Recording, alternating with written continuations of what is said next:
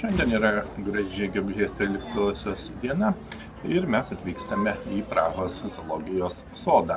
Zoologijos sodai suteikia galimybę pamatyti egzotiškus, retus ar laukinės gamtos gyvūnus būtent iš arti, tokių, kurių niekada nepamatytume Lietuvoje ar savo aplinkoje. Žinoma, zoologijos sodai taip pat pateikia informacijos apie gyvūnų elgseną, buveines, mitybą, grėsmes jų išlikimui. Tai puikia edukacinė veikla visiems.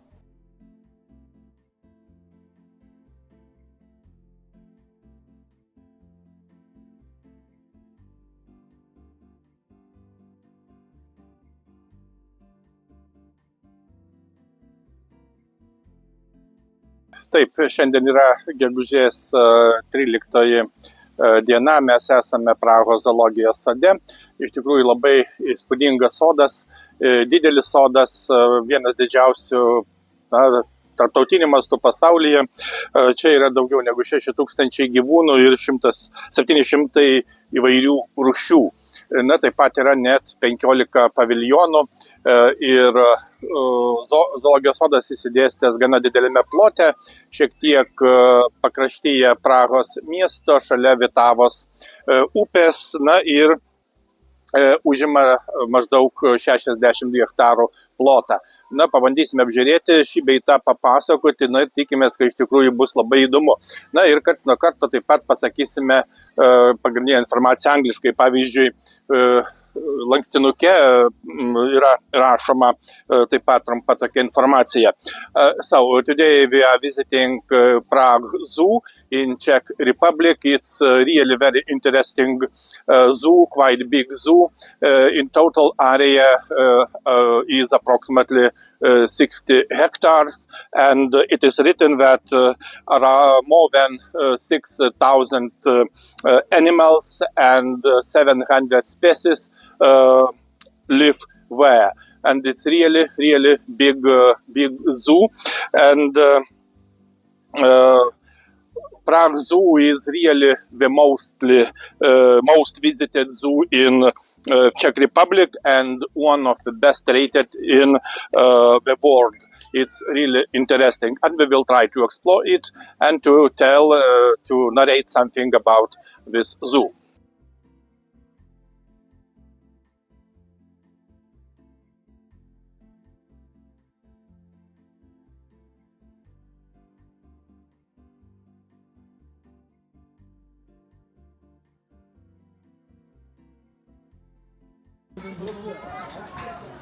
Prahos zoologijos sodas, žinoma, viena turtingiausių vietų Čekijos sostinėje, įsikūrusi vaizdingame Karolio rajone, kalvotame ir miškingame Prahos miesto pakraštyje.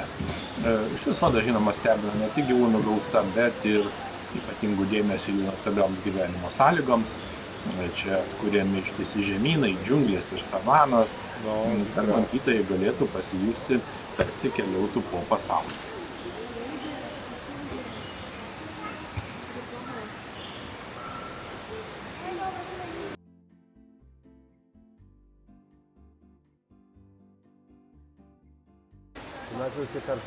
Žinoma, zoologijos sodo Indonezijos džiunglių paviljonas yra vienas įspūdingiausių ir, galima sakyti, populiariausių ekspozicijų visame sode.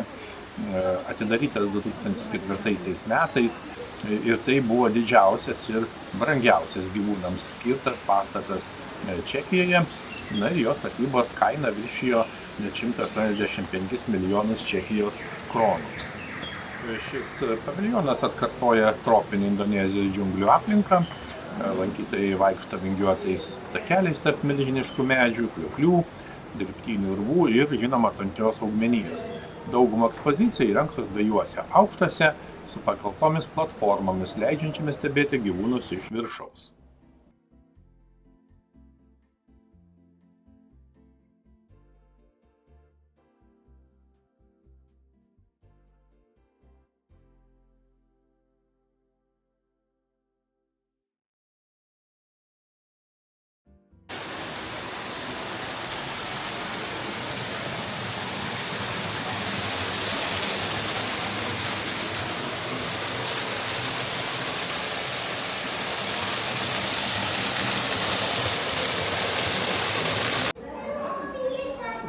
Indonezijos džiunglių paviljonas siūlo ne tik unikalią galimybę stebėti retus gyvūnus, bet ir pasinerti į autentišką tropinių džiunglių atmosferą. Tai viena iš labiausiai lankomų vietų Prahos zoologijos sode, kasmet pritraukia tūkstančius lankytojų.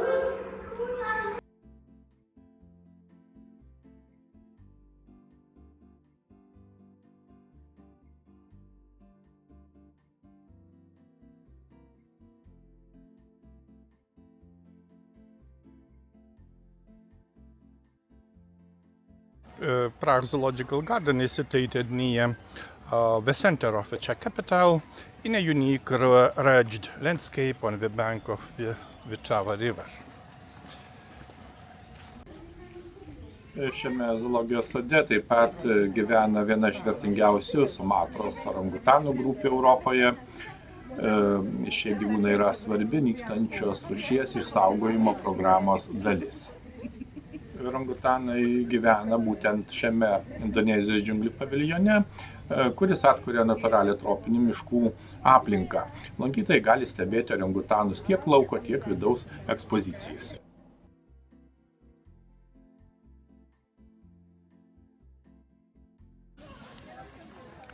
Einame toliau ir čia jau matome esančius stambius baltuosius lokius. Būtent Prahos zoologijos sodas yra vienas iš nedaugelio Europos zoologijos sodų, kuriame gyvena baltieji lokiai. Šiuo metu čia gyvena du patinai, Gregor ir Aleut, kurie atvyko iš Varšuvos zoologijos sodo 2024 metais.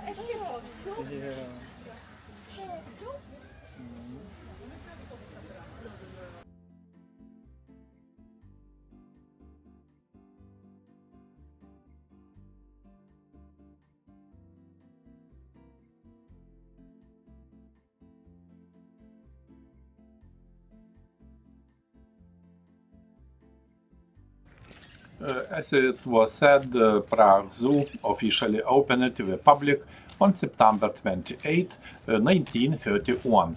It is located in the Troje district of Prague, Czech Republic. Zoologijos sodas garsėja ne tik gyvūnų įvairovė, bet ir moderniomis ekspozicijomis, edukacinėmis programomis bei gyvūnų šėrimo demonstracijomis. Net ir praleidus čia visą dieną, sunku apžiūrėti viską. Ekspozicijos įsidėsčiusios didelėje 60 hektarų teritorijoje, iš kurių net 50 hektarų skirta tik gyvūnams. Itin įdomi Prahos zoologijos sodo Mongolijos Gobio ekspozicija. Tai viena naujausių ir įspūdingiausių ekspozicijų, atidaryta 2024 metais pavasarį. Ji skirta pristatyti Mongolijos stepėms būdingą gyvūniją ir kultūrą, taip pat pabrėžti zoologijos sodo indėlį į nykstančių rūšių išsaugojimą. Žinoma, ekspozicijos pagrindinis akcentas yra Prževalskio arkliai, laikomi vieninteliais tikrais laukiniais arkliais pasaulyje.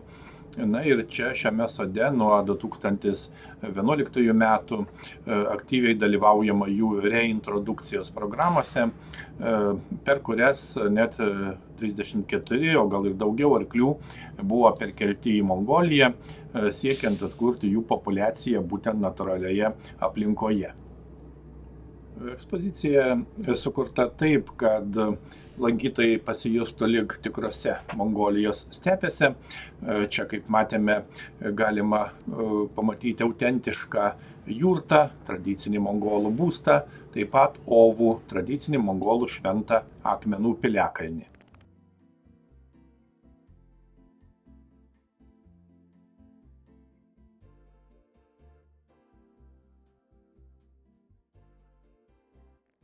Užeiname į jurtą ir, kaip jau sakėme, jurta tai tradicinis mongolų klajoklių būstas, pagamintas iš medinio karkaso ir vilnonių veltinių.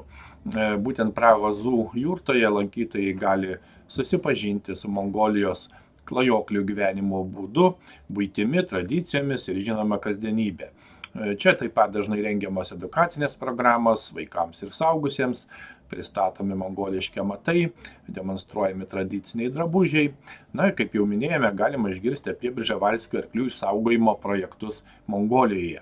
Na ir jurta tapo tikrai populiaria vieta edukaciniams užsiėmimams, ypač vasaros metu, kai vyksta įvairios teminės stovyklos ir renginiai. Na ir aišku, tai padeda lankytojams geriau suprasti, kaip glaudžiai susijusi gamta, gyvūnai ir žmonių kultūra.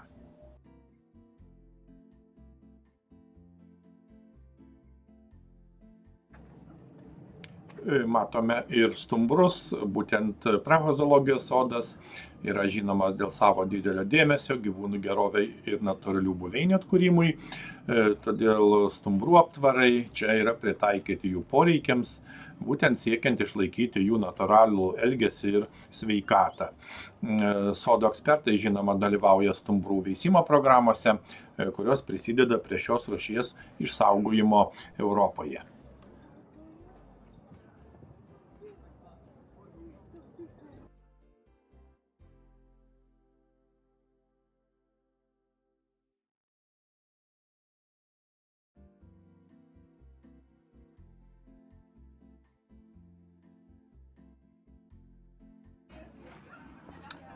It is interesting to mention that Prague Zoo has a long-standing tradition of breeding European bison, Bison bonasus, also known as Vicens.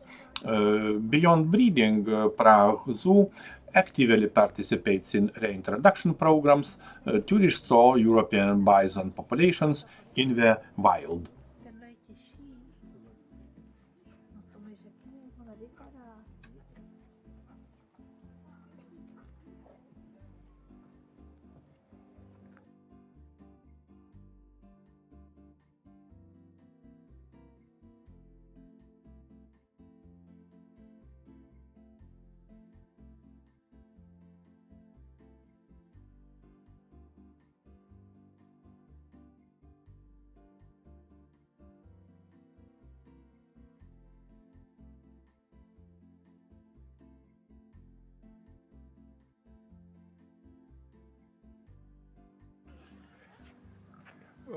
It can be mentioned that the zoo opened in 1931, and during its existence of more than 90 years, it has risen to become one of the most prestigious zoos in the world. Nowadays, it is one of the most visited tourist destinations in the Czech Republic. Taip pat pravartu paminėti, kad zoologijos sodas išties draugiškas šeimoms, apskritai visiems, jį galima atvykti viešuoju transportu, o į aukštesnės zoologijos sodo vietas galima pakilti keltu arba apžvalginiu keltuvu. Einame toliau apžiūrėti dramblių, būtent Prahos zoologijos sode dramblių ekspozicija yra žinoma kaip dramblių slėnis. Ir tai yra viena iš įspūdingiausių ir lankomiausių sodo vietų. Ši ekspozicija buvo atidaryta 2013 metais, siekiant suteikti Azijos drambliams erdvę ir natūralią aplinką ir žinoma užtikrinti saugias veisimosi sąlygas.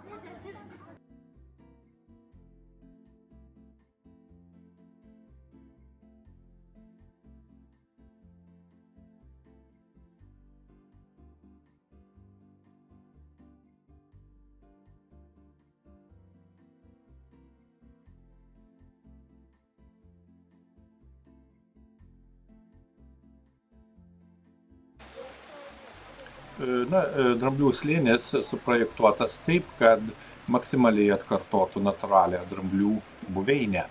Lankytojai gali stebėti dramblius tiek vidaus, tiek lauko erdvėse, o taip pat per tiesioginės transliacijas internetu. Ši ekspozicija ne tik suteikia aišku galimybę iš arti pamatyti šios įspūdingus gyvūnus, bet ir supažindina su jų elgsena ir gyvenimo būdu. Dramblių slėnis, kaip jau minėjome, atidarytas 2013 metais ir tai viena iš moderniausių dramblių zonų Europoje.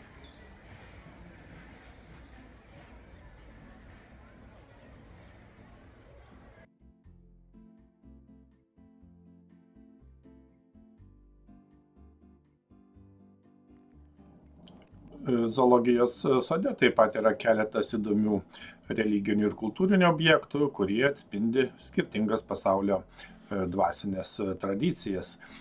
Pavyzdžiui, čia galima rasti Tibeto budistų šventyklą. Ši šventykla atspindi budistų dvasinės tradicijas ir yra viena iš kelių tokių struktūrų Čekijoje.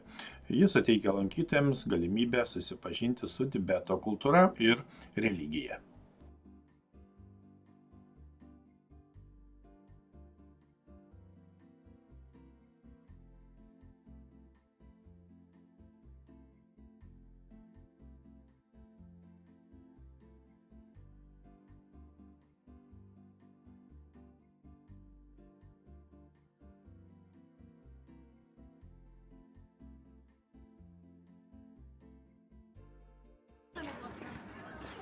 Geriausias laikas pamatyti dramblius yra ryte arba prieš pietus, kai drambliai yra aktyviausi.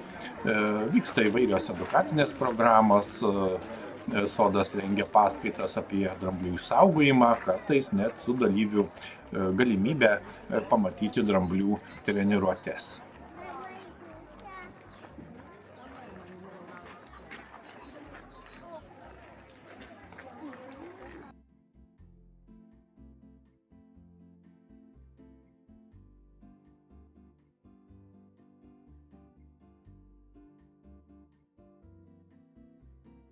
Dramblių mityba yra augalinė, jie yra žolėdžiai, ėda žolę, lapus, medžių žievės, šakas, vaisius, daržovės, šieną. Ir žinoma, geria daug vandens. Suaugęs dramblys gali išgerti net iki 200 litrų per dieną.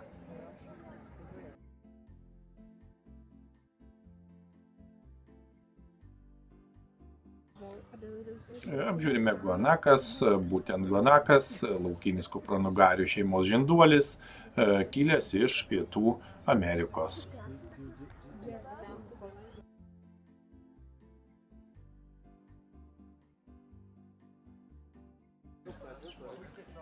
Matome taip pat baltanosius kuačius. Priklauso šuninių šeimai kaip ir meškėnai.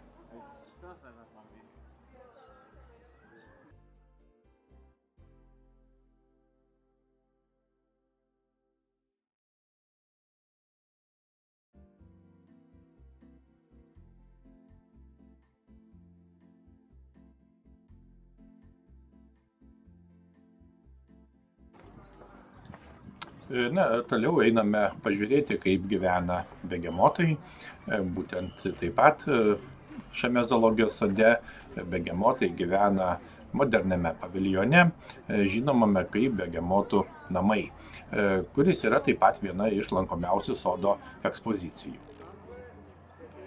2013 metais buvo atidarytas atnaujintas begemotų paviljonas, kuris pasižymi pažangia filtravimo sistema, užtikrinančia švarų vandenį baseinuose. Lankytojams galima stebėti begemotus tiek virš vandens, tiek po juo.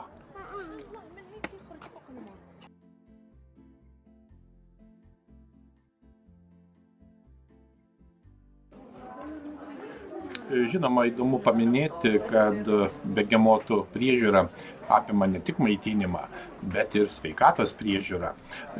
Pavyzdžiui, begemotai reguliariai valo dantis, jiem valomi dantis, ir tai padeda išlaikyti jų burnos higieną ir, žinoma, bendrą sveikatą.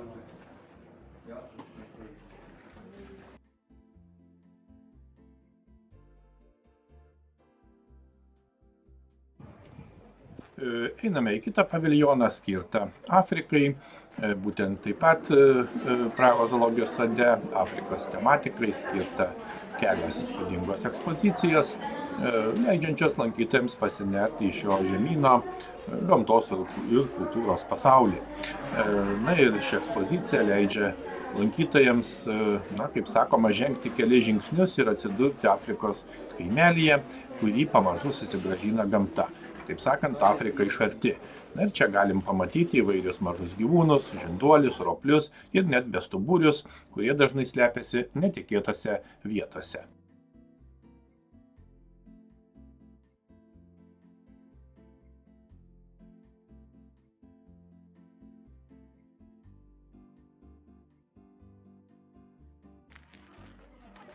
Taip pat čia galima pamatyti kelias mangustų rūšis, kurios įkurdintos skirtingose ekspozicijose, būtent atspindičiose jų taip pat natūralias buveinės ir elgseną. Padarytas tinkamas substratas, tai smėlis ir žvyras. Tai leidžia kasti, pavyzdžiui, urvus. Įvairios slėptuvės, tokios kaip rąstai, uolos, keraminiai indai, kurie taip pat naudojami kaip praturtinimo elementai.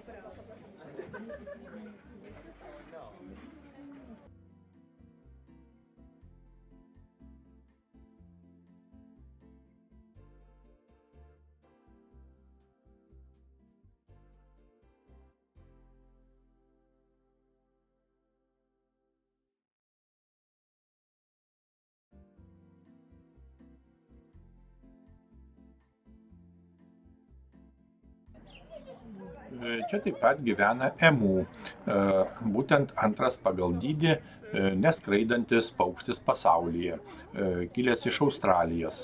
Ir šie paukščiai taip pat yra dalis sodo ekspozicijos skirtos Australijos faunai. Čia taip pat pristatomi ir kiti šio žemyno gyvūnai, tokie kaip kengūros ir kazuarai. Emu yra, kaip matome, laikomi erdviame aptvare, kuris atspindi jų natūralią buveinę, atviras Australijos lygumas. Čia įrengtos įvairios struktūros, leidžiančios paukščiams laisvai judėti ir tyrinėti aplinką.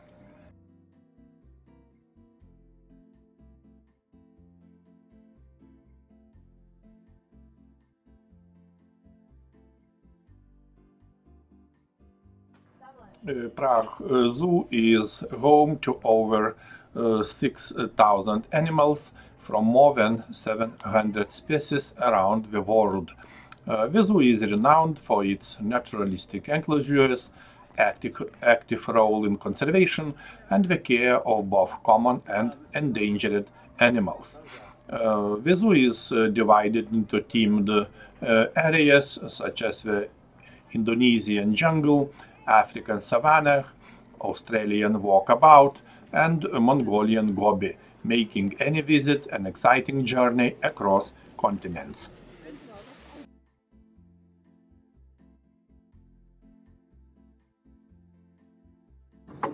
Žinoma, išbandome keltuvą, būtent Prahos zoologijos sode taip pat veikia keltuvas, čekiškai vadinamas lanovka. Tai nedidelė kėdžių tipo lynų kelio sistema, kuri padeda lankytojams patogiai įveikti sodo kalvotą reljefą. Ir keletas faktų.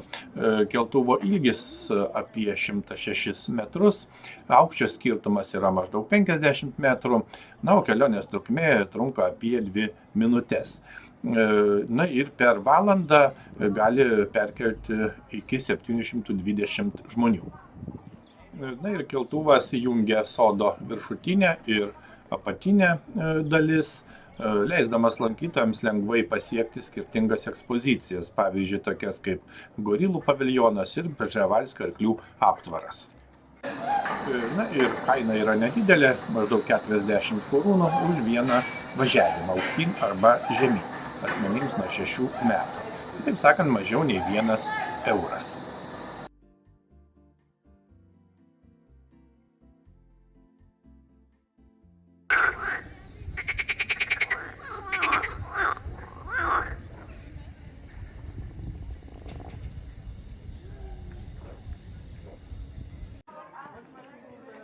Taip pat čia gyvena gepardai, greičiausi sausumos gyvūnai, galintys pasiekti iki 110 km/h greitį.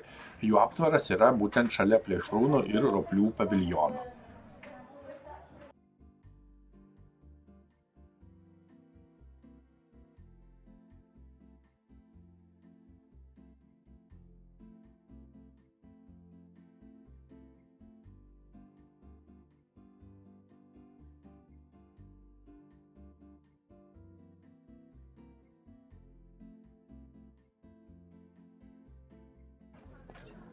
Užsukame dar vieną paviljoną, tai būtent šalia Eplazo paviljonas Prahos zoologijos sode. Yra plėšriųjų gyvūnų ir roplių ekspozicija, skirta tiek katinių šeimos plėšrūnams, tiek ropliams.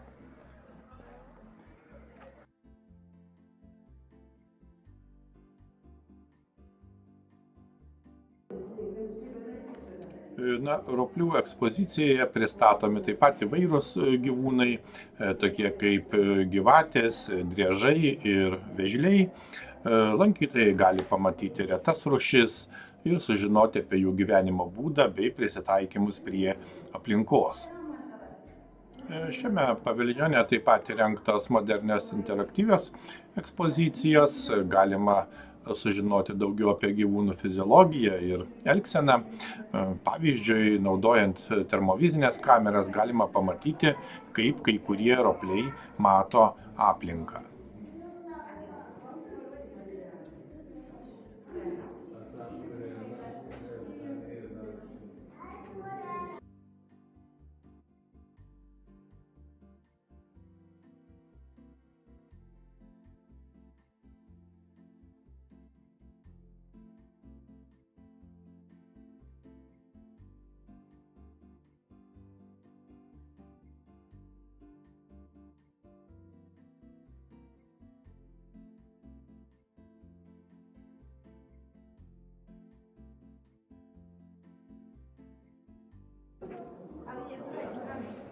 Taip pat lankytojai gali iš arti susipažinti su viena įspūdingiausių pasaulio gyvačių, būtent žaliąja anakonda.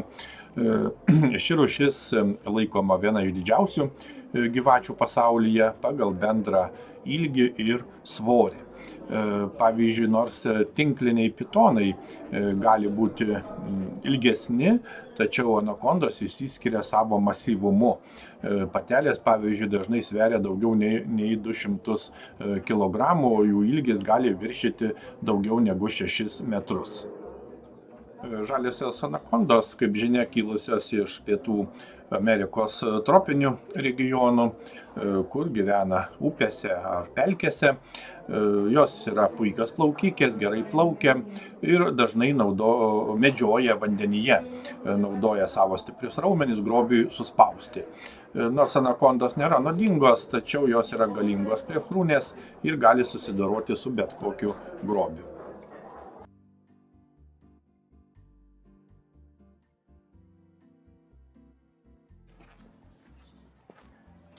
Užsukame į dar vieną paviljoną, būtent Prahos zoologijos sodo.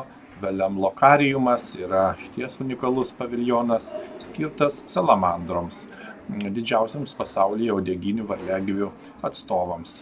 Taip pat tai viena įspūdingiausių zoologijos sodo vietų, galima stebėti šios retus ir evoliuciškai itin senus gyvūnus.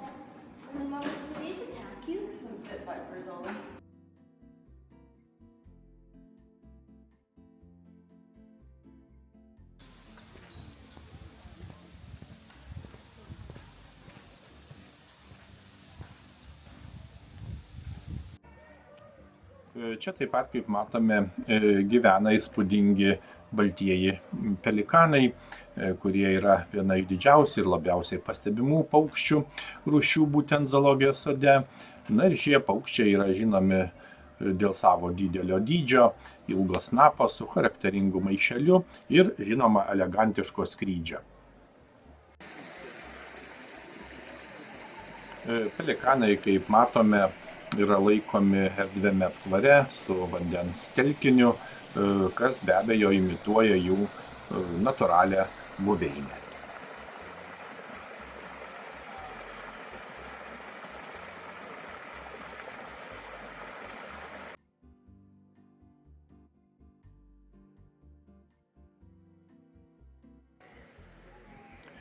Čia, kaip matome, taip pat gyvena ir įspūdingi didieji skruzdėdos, tai unikalūs Pietų Amerikos žinduoliai, garsėjantis savo ilgų snukiu, lipniu liežuviu ir vėliavą primenančią uodegą.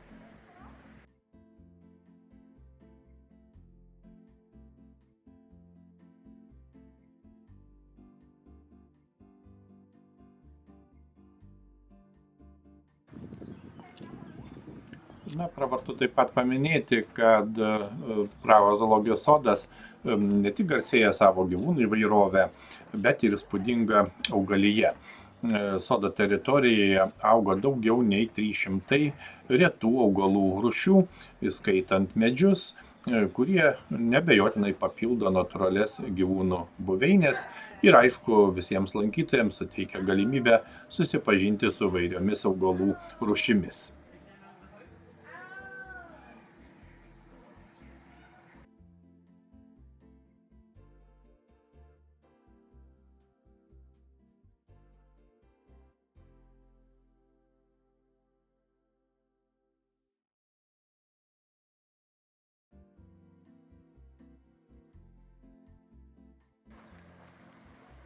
Čia, kaip matome, taip pat gyvena net 3 flamingų rūšis, būtent didysis flamingas, Čilės flamingas ir paprastasis flamingas. Beje, paprastasis flamingas kartais vadinamas karibiniu flamingu. Na ir tikrai elegantiški paukščiai, jie būtent laikomi sodo apatinėje dalyje. Taip pat svarbu paminėti, kad netoli zoologijos sodo yra įsikūręs ir Prahos botanikos sodas, kuris siūlo dar platesnę augalų įvairovę. Na ir botanikos sode galima pamatyti daugiau negu 6000 medžių, įskaitant tropines rūšis, bei žinoma teminės ekspozicijas, tokias pavyzdžiui kaip Japonijos sodas su vyšnių medžiais, bonsai ir ramybės oazė. Tačiau tai jau kitą kartą.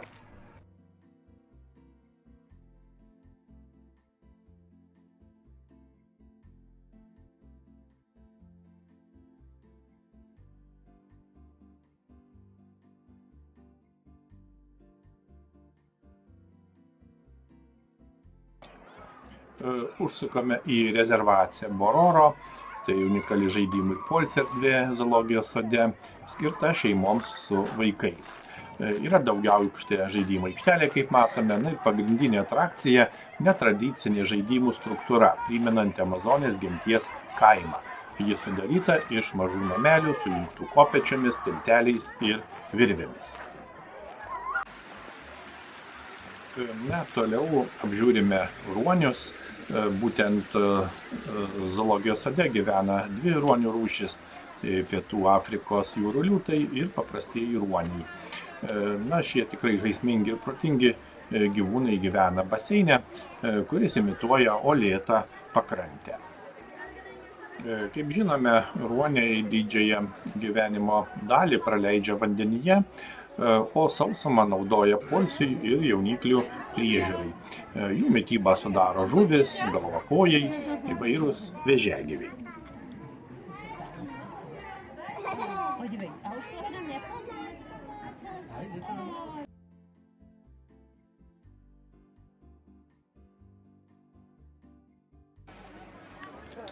Taigi laikas negailestingas, jis išties greitai bėga.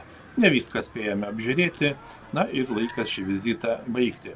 Tai reikalauja kur kas daugiau laiko. Tai išties puikus zoologijos sodas, čia dera edukacija, poilsis ir pasaulio gyvūnijos pažinimas. Iki kitų smagių pažintinių kelionių.